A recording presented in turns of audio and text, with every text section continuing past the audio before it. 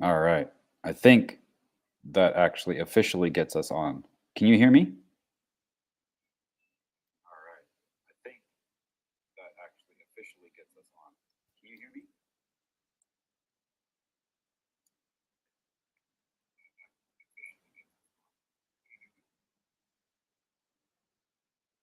I can hear myself online. I'm good to go there, but I don't hear you guys.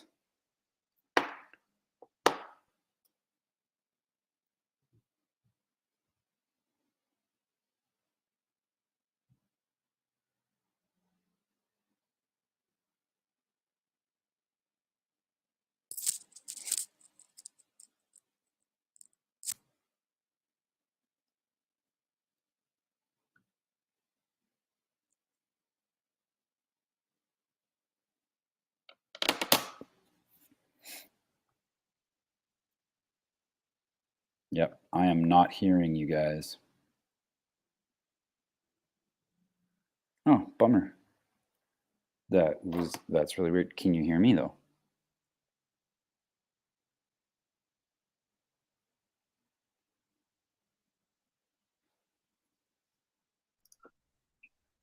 Well, I can hear that one. All right, yeah. Let me just try and re-sign in here then. Okay.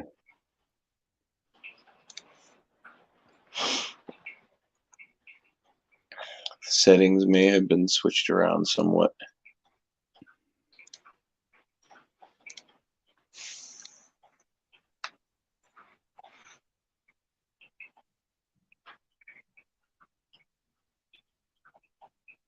I was foolish in not being timely today.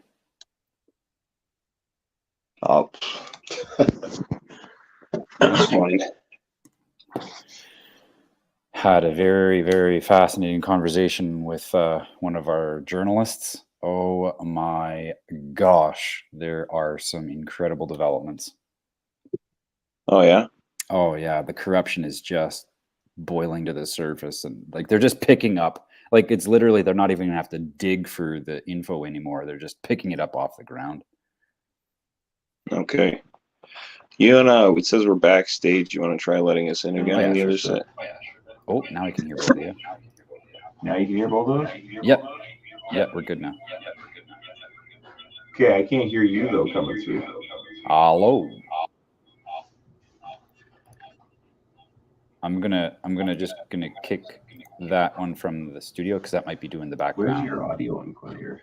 I can hear you guys. Awesome, loud and clear.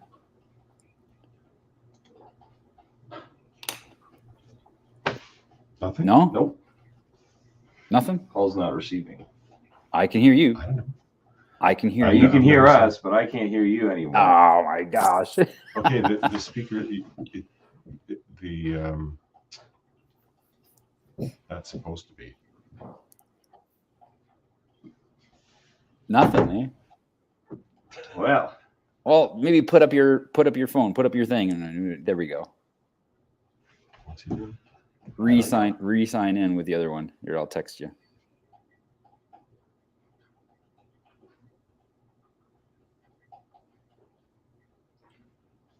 Yeah, I might have the microphone turned off, or I don't know. No idea.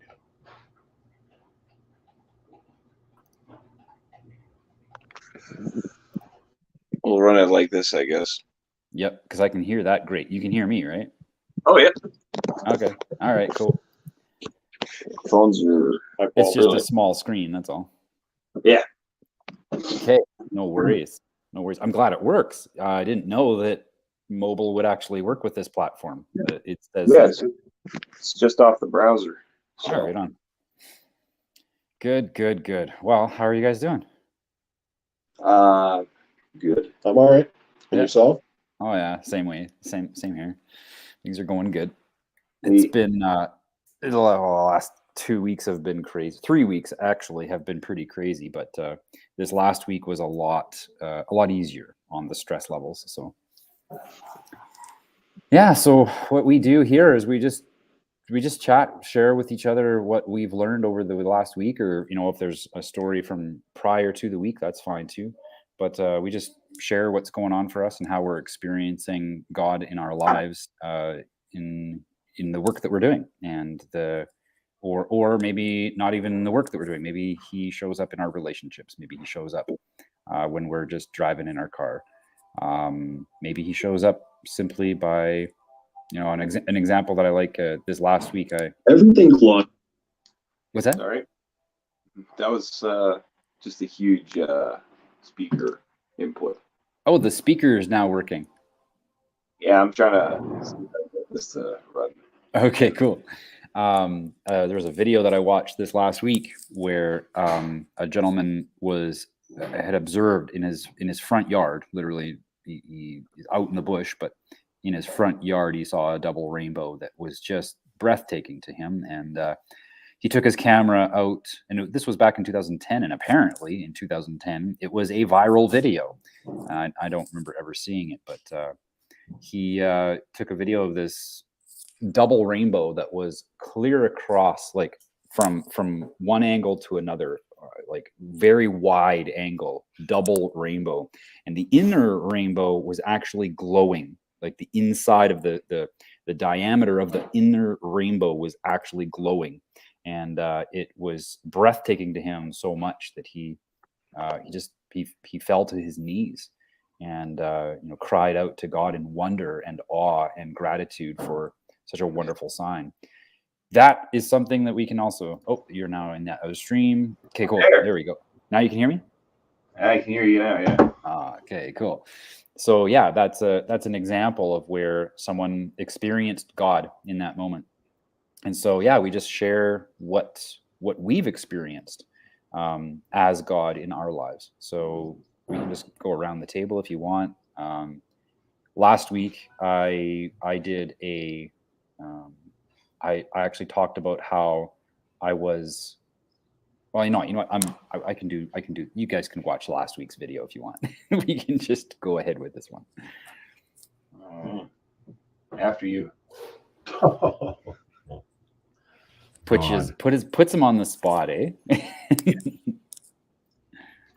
Well, I could probably use a number of different examples, but I think what comes to mind first is Chad, Timothy and Callista's little boy, Mm-hmm. and how I see his essence, the spirit, and you can see a little child learning to use his faculties. Mm-hmm.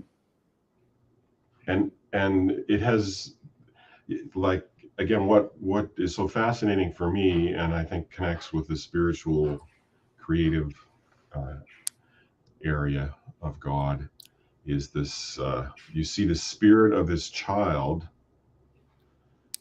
learning to be to function in this body. Mm-hmm. All the while he's growing and changing, he's learning to like, he has this little chew toy.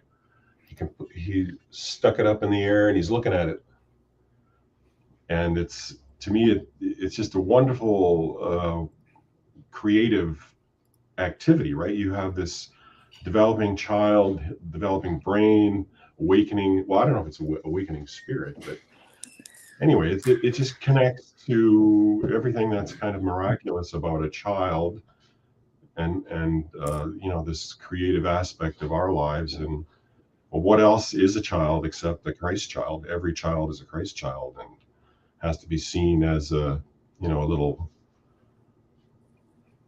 piece of the divine. Yeah, like a little prince or princess, Mm-hmm. right? That they're royalty, no matter what level of society they're living in. And to me, that's, I guess, an expression of God. Yeah. Very, very, very, very tangible expression of God, and be able to see children, especially at such a young age, they are learning, through the breathing and sounds that come out of their mouths, Mm-hmm. reflecting upon those activities and changing, experimenting. And that, to me, that's God right there. It's just how a child is created, and it really forms himself. There's this divine spark that, of course, through being fed and sheltered and all that kind of stuff, they're allowed to grow. But it's just amazing again to watch Callista and Chad and Timothy together as this family, and how all that is really an affirmation of what my own life has been as a father.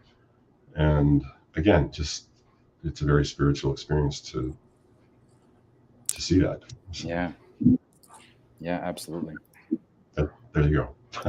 I know for myself, I remember when I was first teaching people about sovereignty and what that meant. People were like, "So you can do whatever you want?" Well, yeah, I mean, obviously there's some limitations. You can't just do whatever you want if it means you're violating someone else's unalienable rights. But yes, in essence, the time that you have here is yours, and you can do whatever you want. And they'd be sometimes, well, like, I don't understand how does this actually work? And I was like, well, if you wanted to get an idea of what sovereignty looked like, you can just look at your kids. Well, I mean, their beauty that they have in their self-expression is so real and authentic that that is a representation. That is a way that you can see how sovereignty is actually lived. Right, and this it's so important because you want to see the faith of a child, faith of a child, or the spirituality of a child. You have to observe their presence, their ability to be present to whatever is happening.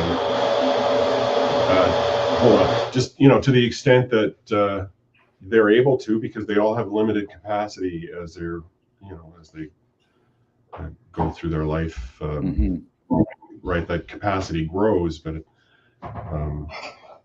children will never, they won't talk till they're ready to talk. They won't walk till they're ready to. You can't force a child to walk or talk. And of course, anyway, not that I want to get into homeschooling, but when you start forcing a child to read before they're ready to read, they block, and this leads to fragmenting the mind. And again, going to sovereignty, like we're also fragmented in our lives because of the way these things have gone, and trying to pull back and again have sovereignty over yourself. Yeah. It's inspiring, like to watch that, the curiosity that we see in kids is just so inspiring, and it's something that we lose either through domestication or traumas or whatever else, that that takes away from so much of our experience, because we're not asking questions. We're not, hey, what's going on over here? And there are enough natural or organic traumas in people's lives. And then we have to, on top of this, deal with these psychopaths who, because their own lives are out of control, and as a result of that, they put controls on everybody else. It's even more important now because they're just going crazy with control. Disconnect from that. So it's as simple as looking at a child and giving a child as much freedom to make their own decisions and monitor their own choices, consequently, as long as they're not going to kill themselves, right? But to watch them make decisions about whatever. So I think that starts in childhood, and we have to try to facilitate that in the education system if there's a way to do that.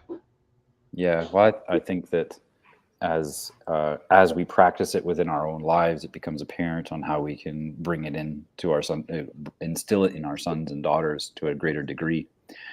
It's always encouraging to see when it's being done as they are infants.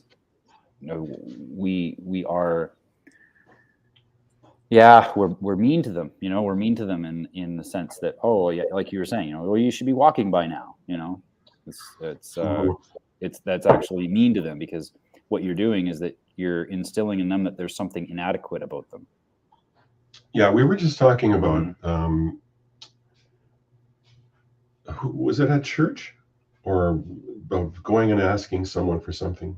We were talking about that. Right. Let's say, anyway, the example was that you have a child who has a grandparent, and the child wants to go and ask grandpa if he can make him a toy, buy him a toy. And before he's able to do that, one of the parents says, that would be rude. Oh my gosh.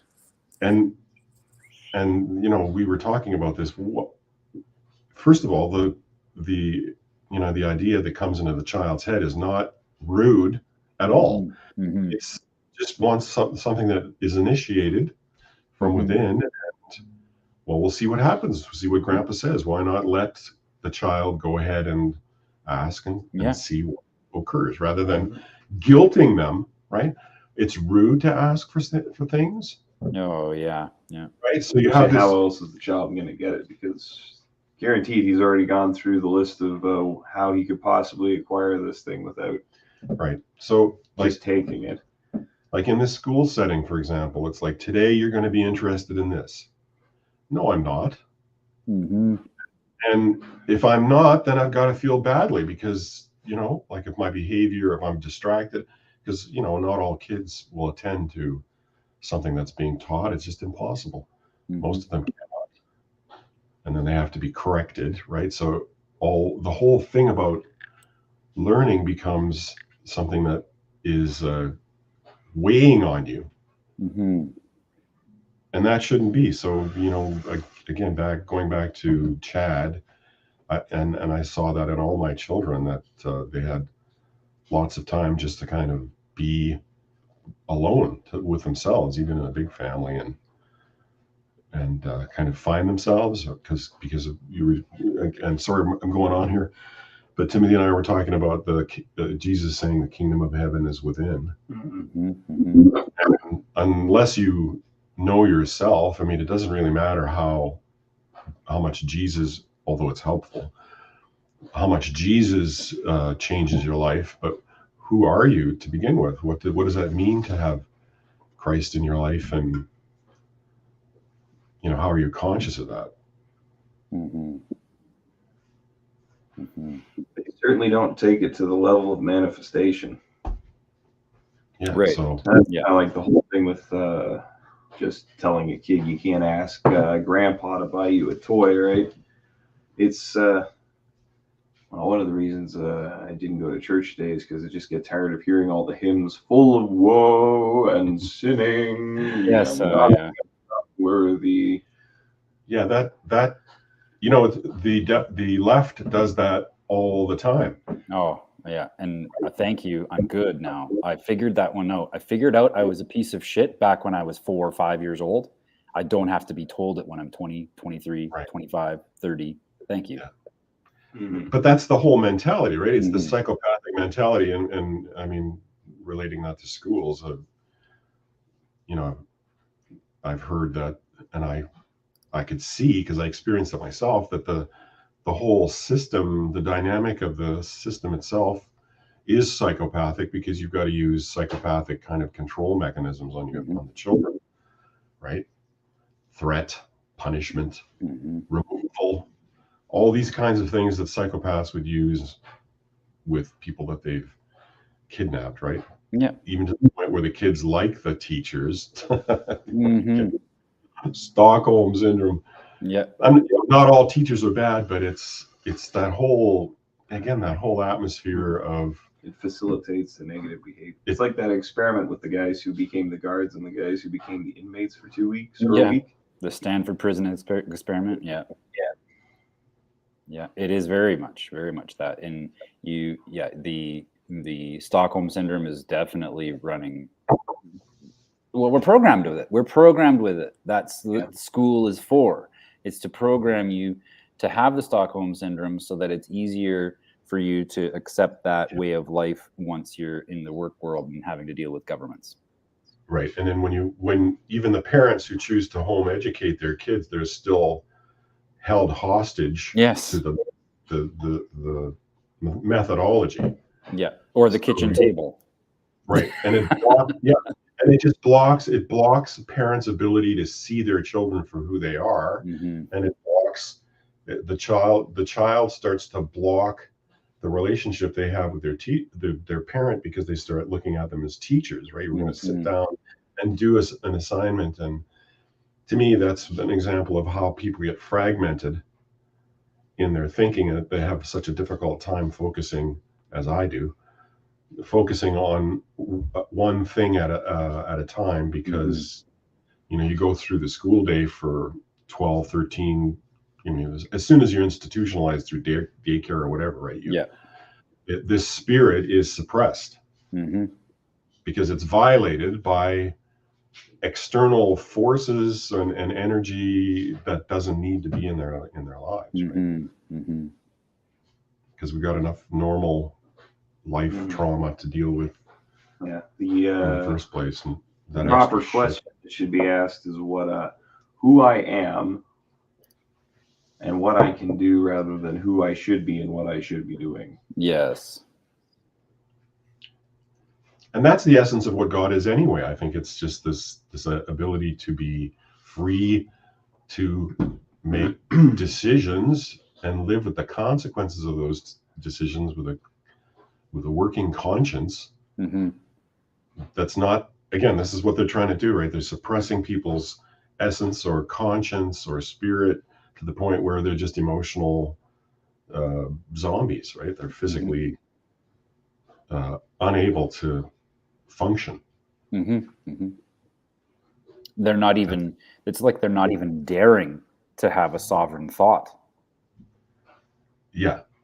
It's too scary, right? That's it's holding up the crucifix in front of the vampire. Yes. Yeah. And so when I see, again, going back to this whole God thing, you watch kids in a natural environment, a real organic environment, which is the home, because where else is it supposed to be, right? It's the home, the best learning environment, the safest and most secure learning environment, where children can very quickly, because they don't have to be like 15 or 16 years old before they find themselves, or the earlier children are allowed to make decisions like about, okay, I'll learn how to walk, or I'll learn how to talk on my own. The faster they learn how to walk and talk. Same with reading or any of those other things, right? They may have other things that they want to do, especially boys, right? They want to be building or destroying, right? They wrestling, right? They want to be physically active, not held back, sitting in a desk and writing shit. Unless they like that, Right. Yeah. Boys should be, running around. Yeah. They should have lots of time to do that, so. That was something that I was very grateful for because I was homeschooled from grade 2 upwards, or grade 3 rather upwards. And, I remember it was like you wake up in the morning, you have breakfast, and then you go outside. And that's what I did for years. Yep. And I would just go outside and play, and then 1 o'clock in the afternoon, come in for lunch, and then it didn't feel like going outside. So then I would start doing some learning on whatever I had to do. Now it was I had to do it, but it wasn't so much of a chore because I just finished getting my jiggers out for the last 4 hours. Right. Yeah. I know my own experience of school in the 60s and 70s was it was it was a part of your life, right? You didn't really fret or stress over it. Everyone was in agreement in the community, right? The whole community supported the school. That's why the school worked, because the whole community supported. But they also had there was a relationship of respect, and the local community had a lot more to say in what was going on in the school, and everybody knew what was going on, right? But the way it's progressed, and I think it's just a natural progression of the the system is to become more and more restrictive and mentally unbalanced, because you have to have control of the children in the first place. And then that, by exerting these unnatural kind of behavioral modifications on children, you change them. Mm-hmm. And it just gets worse as we see. It just gets worse and worse and worse, because more and more shit has to be done in order to monitor the children and the families who have them. Yeah. Like there's no other way of describing it, because that's exactly what it is. It's a process. You go back to the beginning of compulsory schooling, and the whole point was to be, create obedient workers, and it's still out there, even in homeschooling curriculum. Yeah. Oh yeah. Well, thank you very much. Tim, did you want to share? Well, I kind of just touched on it a little bit earlier, just my experience of getting back into going to a church setting and seeing, this sort of community aspect, but really seeing a lot of the subcontext that doesn't get exposed enough. Like I said, just the continual woe of being a sinner that has no future outside of Jesus. Yeah, right. Yeah. So it was one thing I was talking to him, is like the thing that's happened to Jesus Christ in the 21st century is the same thing that happened to cows in India. Yeah. Or I shouldn't say in the 20th century, but where we stand right now. So it's kind of a conflicting thing then, going to church, because you feel a little phony because you're not doing what everyone else is doing. Mm-hmm.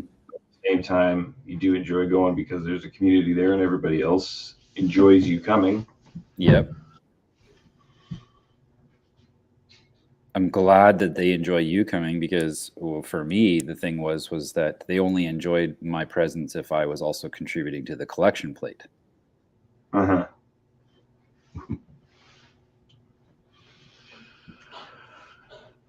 Yeah. Oh, maybe did I strike a chord there? Just reminds me of the George Carlin bit on religion. Yeah. Religion is bullshit.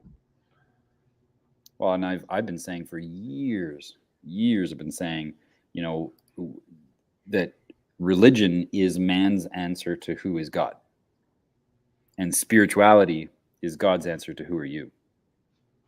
Mm. Yeah. And we don't ever find out what that is real. I mean, we are always going to be discovering that. That's not something that there's no end to that discovery. Like, it's not like I've arrived, now I know who I am, because to say that means that you're not going anywhere from here. Mm-hmm. Because we're always moving, we're always growing. You can never say you know yourself, because tomorrow is a new day. Tomorrow is a new you. Mm-hmm. Every instant, every snap judgment. It's the phoenix. Yes. Yeah. It's a constant evolution. So, that's another thing too. It's like me and Taya, we can say from a common perspective, like, yes, we know each other, but like I tell her, I said, my objective in this relationship is to see you as new all the time. That way the relationship is always new, and we're never going to get bored, because we never actually truly get to know each other fully, because we're new all the time. And that just that makes it an easy way for a relationship. I find it easier to have the relationship be more exciting when you look at it as new all the time. Yeah. I don't know Taya, because right now she's different than what she was this morning or yesterday. Mm-hmm. No, I get that. You really get over a lot of surprises by just expecting everything to be different. Oh yeah. The one thing that I really took away from Terrence McKenna when I was listening to some of his talks was when he encountered the the gnomes or the elves or whatever he wanted to call them, the way that they would reassure him constantly to don't lose yourself to amazement. Mm. To consciously be aware of what's going on around him while they're showing him things. Yeah, that's an interesting perspective because, you know, like talking about God again, if you don't mind.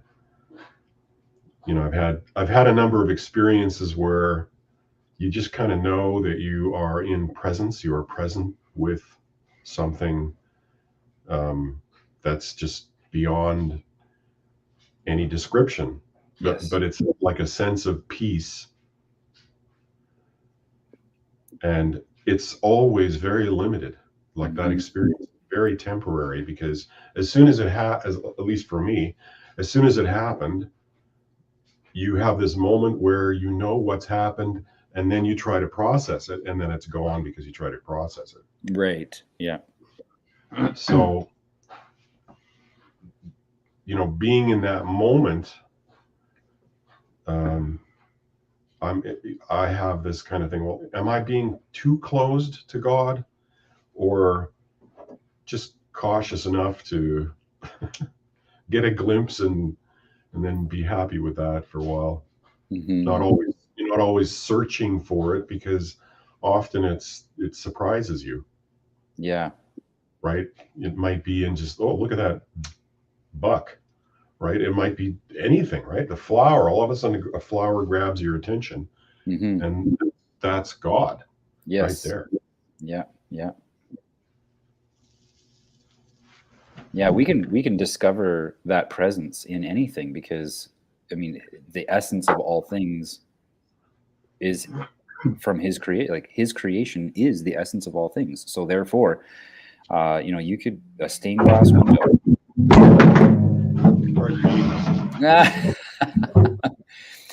And now we break for music. Yeah. Music break. That's about as good as a musician as I am, the way my guitar is treated. Yeah. That's okay.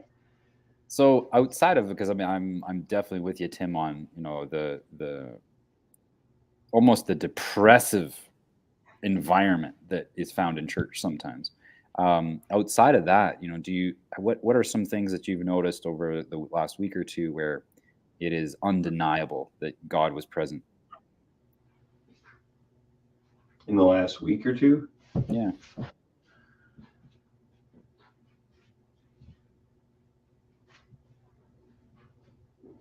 When I go through invocations, if I'm having a hard time, excuse me for a second, and I speak to the state of where I want to be through the I am,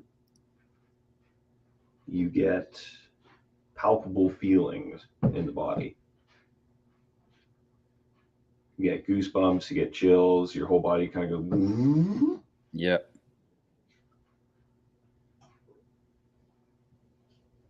And it's not like it's an on-command thing, but it's an on-demand thing.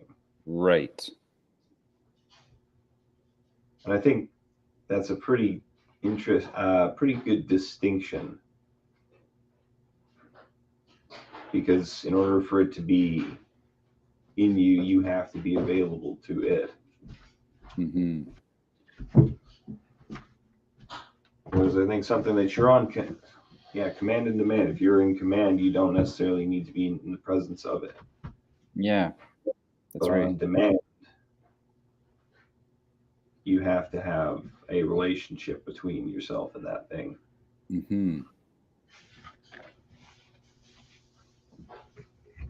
I like that. That's a unique distinction between those two. It's like, yeah, well, I've experienced that as well, where you make that declaration and it does provide a shift, even a shift in your physiology. That's powerful.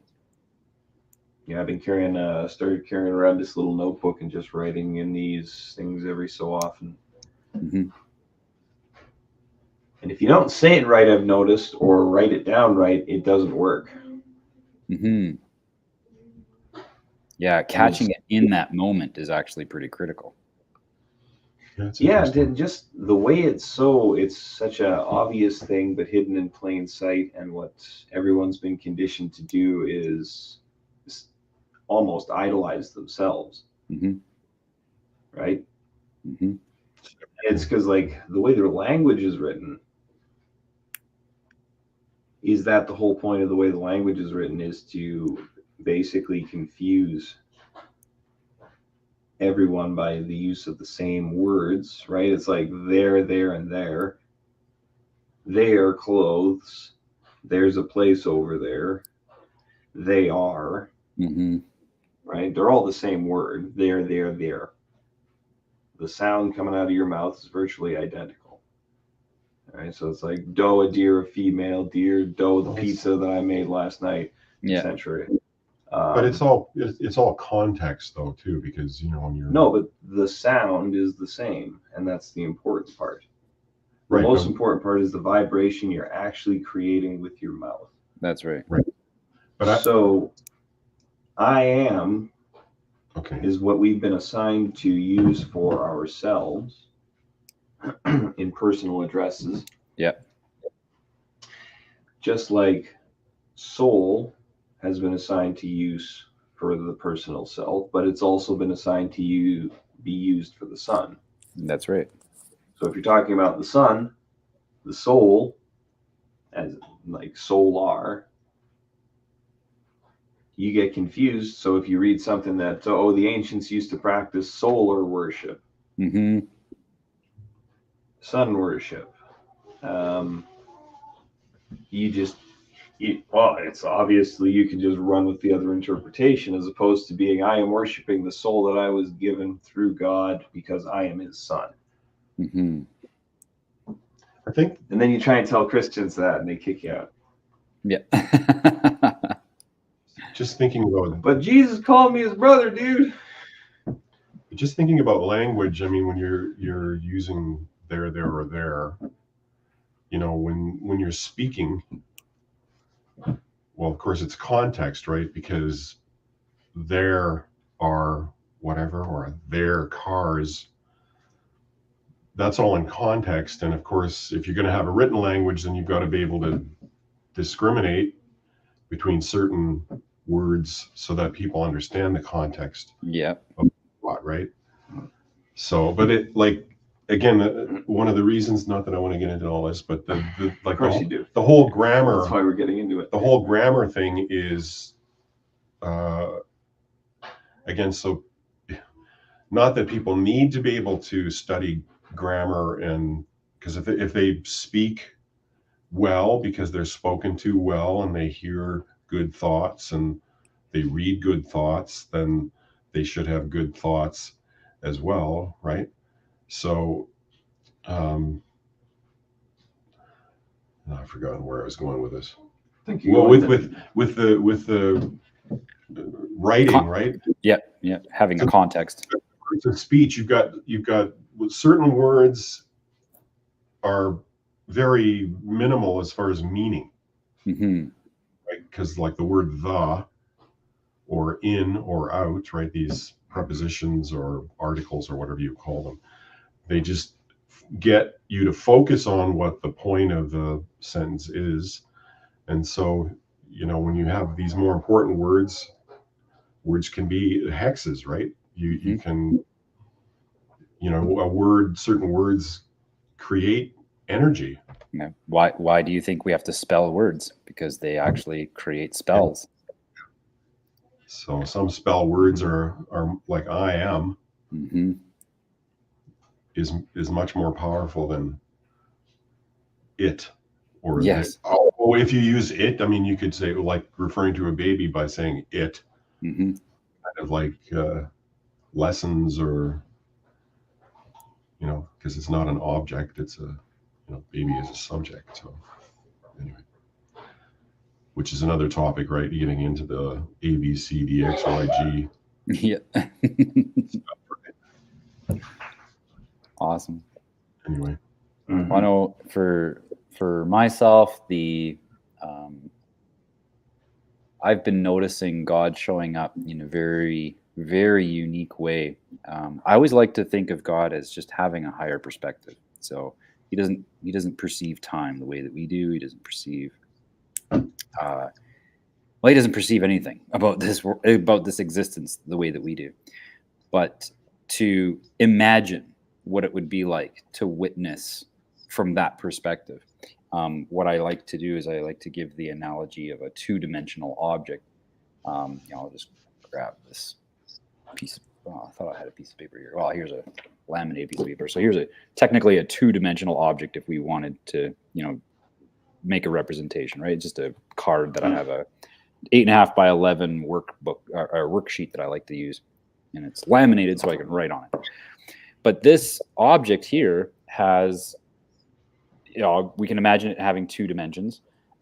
It's just a plane, right? There's left and right, forward and back. And that's it. There's no up or down. If you were to be present within this 2-dimensional plane, there's no up or down. It's just, that's all it is. But if you take a 3-dimensional object, say I've got this guy right here. I don't know if you can see that or not. That's my obsidian little piece for my desk. If I were to take this though, in this 3-dimensional object and pass it through this 2-dimensional object, it would look weird within the 2-dimensional space because it would just be this little dot. And then I wouldn't even be able to see the depth of the dot. I would just see a line from my perspective. But there it goes. It would go pass through, it would create its line, and then it would widen that line, and then it would thin back out again, and then it would finish off, right? Like watching cats. Yeah, that is how we would experience it if we were in a 2-dimensional plane. Now, if we have something that, like my hand, right? I've got fingers. This is 3-dimensional. If I were to pass that through a 2-dimensional plane, now I would see multiple lines coming in at the same time. And I could even have them coming in from around me so that in this 2-dimensional plane, I'm noticing now 3 or 4, 5 different lines now all of a sudden appearing and then passing through. And now they become collected into one line. And it's passing through, and from my perspective, it would take me a great deal of awareness to recognize that that's a 3-dimensional object passing through my 2-dimensional space. Well, we have the same thing happen, and this is the way that I like to think of that higher perspective that God has, where 3-dimensional objects that all seem to coincide with each other, we typically would say, oh, those are separate instances. But a higher consciousness, at a higher awareness, they very well might be the same object. And so for me, what I'm noticing and how I experience God is people, places, and things all piecing together, coming together in almost like a puzzle, or it's just click, clack, everything's happening at the same time. And the synchronicities that I'm experiencing are undeniably the same experience. They're the same thing, the same 4-dimensional presence passing through my 3-dimensional experience. And from my perspective, it is now in the same way on that 2-dimensional plane. Eventually, it would just become something that we're aware of. Oh, okay, there's something there, and that's related to this thing over here because it's 2 objects coming together. Right. At the same time, I now recognize this pattern is significant. Now I know that that's a 3-dimensional object passing through my 2-dimensional perspective. Mm-hmm. I'm noticing 4-dimensional instances, things. I don't know what to call them because they're not objects. There's just multiple things happening all at the same time and appearing within my 3-dimensional space and then disappearing as they move forward as it moves on. But recognizing, okay, so Tim, the work that we're doing, I told Taya last week, I said, I've been working a long time on this stuff, and I can tell Tim's been working on a long time of this stuff. But now that we're actually working together on some of this stuff, it's like, I know beyond a shadow of a doubt that we've been working together this whole time.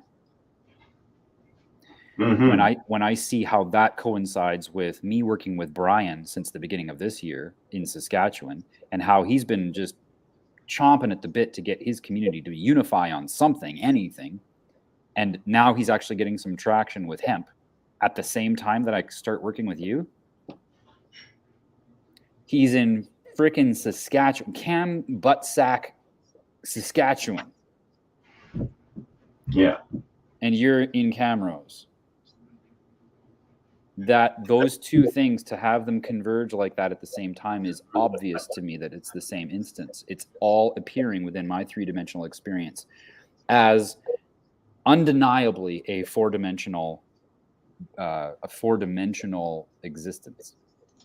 Mm-hmm. So do you see, if you don't mind me asking, do you see it as a, like, what synchronicity is just recognizing that there's a plan, right? Not necessarily knowing what is in the future, but being able to be in the present and look back in the past and say, oh, okay, well, this all makes sense, right? Yes. Because what else is it?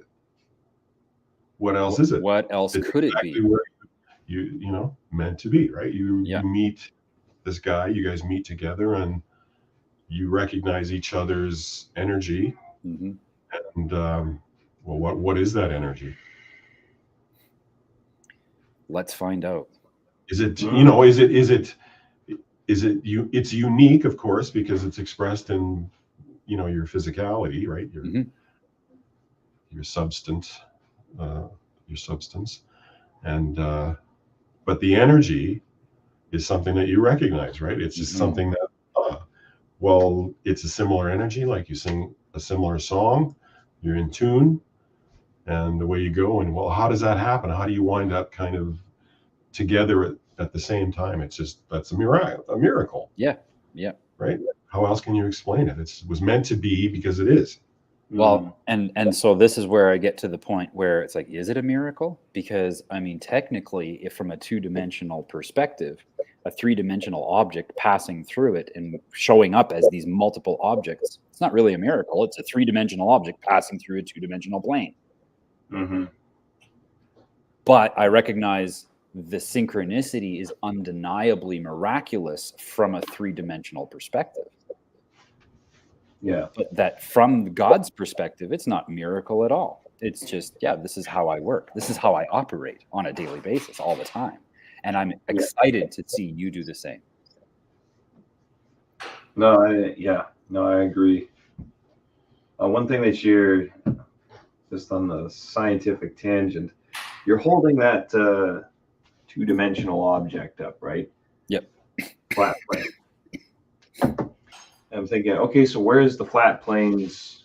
Like, that has to exist somewhere in reality as some sort of life. So what would life be like as a two-dimensional object? Well, the ground's a two-dimensional object. All stratas of earth and water are actually two-dimensional objects, because they exist in layers on top of each other going down. Yes. And they move, but only forwards, backwards, and left and right. Yep. And they not up and down. Yeah, they grow three-dimensional objects out of them. Yes. On a higher plane. Well, and that ties in with the free electrons that get measured and how they pop in and out of existence, and how when they pop in and out of existence, they do so at a higher rate at a higher altitudes, and that what we experience is actually more solid, like ground. We've got air that we breathe that's more dense than it is way up there. We've got earth, we've got rock, we've got trees, we've got all of these different things that we perceive as matter. And all that is a concentration of atoms that aren't popping in and out of existence. We're just noticing a concentration of possibility. That's all we're noticing. And we perceive that concentration of possibility as a tree or as the desk or as this light right here. That is that you're absolutely right. These two-dimensional layers, so to speak, all contribute to the concentration of that matter into a physical object. That is how we experience the three dimensions. It is a concentration of atoms or electrons that are congregating into a less volatile, and in volatile not meaning dangerous, but just in and out of existence. It no longer pops in and out of existence. It stays more constant for us to experience, but still resonant with that which is on the other side of the planet. Is it the higher the vibration, the more solid the mass, or is it the lower the vibration, the more solid the mass? That would be Taya, actually, who knows the answer to that one. I think it's higher. The higher the vibration. I'll unplug. More dense. Say it again. Ask that question again. The higher the vibration, the more dense the material, or is it the opposite? The lower the vibration, the more dense the material. Yeah, the more dense means the more material has gathered together, like physical material. Yeah. So that would be a higher vibrational object. Lower. Lower vibration. The lower vibration, the more it gathers the material. The more so dense the more it is. dense it becomes. So the higher the vibration, the more light. So the less dense. That's my answer. Okay. So air is less dense than water. Yeah. Right. Very cool. I have to get ready to go. Yeah, no, that's good enough. Anyways, we want to go. Talking is going to do, but no, it's good. We like to go an hour, and I was a little bit late, but it is noon, and we've got lunch on the go. So Great thanks. to talk to you all. that was nice. Wonderful. Thanks to everybody who's watching online. We'll see you next week. Okay, thank Yeah, you. have a good day.